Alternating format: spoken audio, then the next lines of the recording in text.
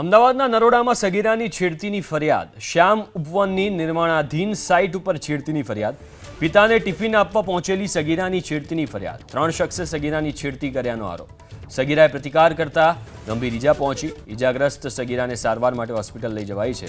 રાહુલ ડોડિયાર, સુરેશચંદ્ર ચરપોટા અને દિનેશ નીનામા સામે ફરિયાદ નોંધવામાં આવી. દિનેશ નીનામા અને સુરેશચંદ્ર ચરપોટાની ધરપકડ. રાહુલ ડોડિયાર નામનો શખ્સ પોલીસ પકડથી દૂર છે.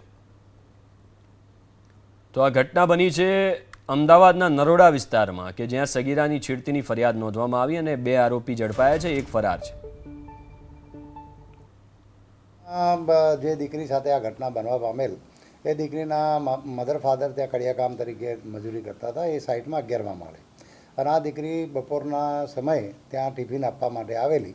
એના મધર ફાધરને ટિફિન આપી અને જ્યારે પરત એ રિટર્ન થઈ તો 10મા માળે આ કામનો જે આરોપી છે રાહુલ, એને 10મા માળે આવતા 10મા માળે રાહુલે એને આડો હાથ કરીને રોકી અને એને ચિઠ્ઠી આપી કે ભાઈ આ મારો મોબાઈલ નંબર તું રાખ અને મને ફોન કરજે.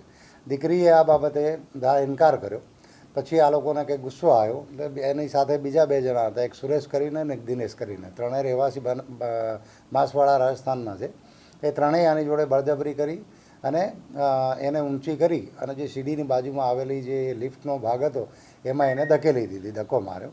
તો એ દીકરી જે છે સીધી ત્યાંથી 10મા માળેથી અને 1લા માળે પડી ગયેલી. એને મોઢાના ભાગે તેમજ શરીરના અન્ય ભાગે એને ખાસી એવી ઈજાઓ થયેલી છે અને ફ્રેક્ચર થયેલા છે, મલ્ટિપલ ફ્રેક્ચર છે શરીરે.